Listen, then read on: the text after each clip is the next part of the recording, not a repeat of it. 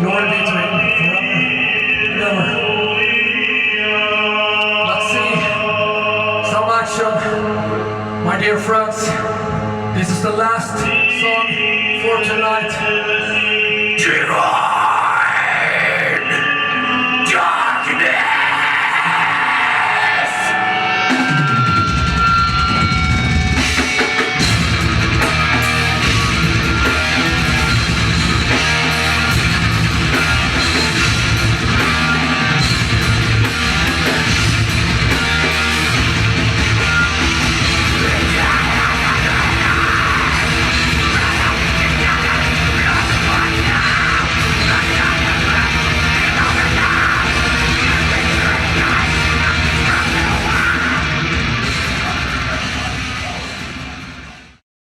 Talking like 2016, 2017, and I discovered and I was going through their Bandcamp page and just listening to the different bands. I'm like, holy crap, what is this? And I've been a huge fan ever since. Nowadays, when they first, I know that they've gone through different versions of themselves, more the Viking era, and now they're doing the Orthodox look, which I really, really like. The biggest thing to me was with Crimson is the level of speed that their drummers are playing at. It's just, their style is a little bit different as far as how they play black metal. It's a little more it's got more death metal in it. It's a lot of good complicated riffs on the guitar, and then of course Pilgrim, my gosh, he's the dude's a monster.